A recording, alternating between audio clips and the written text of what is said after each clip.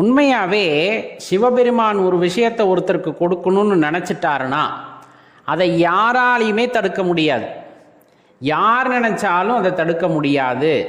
ஆனால் அந்த விஷயத்தை எளிதில் இறைவன் கொடுத்து விடுவாரா அப்படின்னு கேட்டால் அது ரொம்ப கடினம்தான். உண்மையாகவே சொல்லப்போனால் ஒவ்வொருத்தவரும் சிரத்தை எடுத்து செய்ய வேண்டிய விஷயங்களை செய்தால்தான் இறைவன் கொடுப்பார். இப்போ நம்ம கொடுத்துருவாருன்னு சொல்கிறோமே, கோடி கோடியாக பணத்தை கொடுப்பாரா, மாளிகைகளை கொடுப்பாரா அப்படின்னு கேட்டால் தெளிவாக புரிந்து கொள்ள வேண்டிய விஷயம். பொறுமையாக முழுமையாக கேளுங்க. கண்டிப்பாக அந்த ஒரு புரிதல் அப்படிங்கிறது உங்களுக்கு இருக்கணும் இதன் மூலமாக.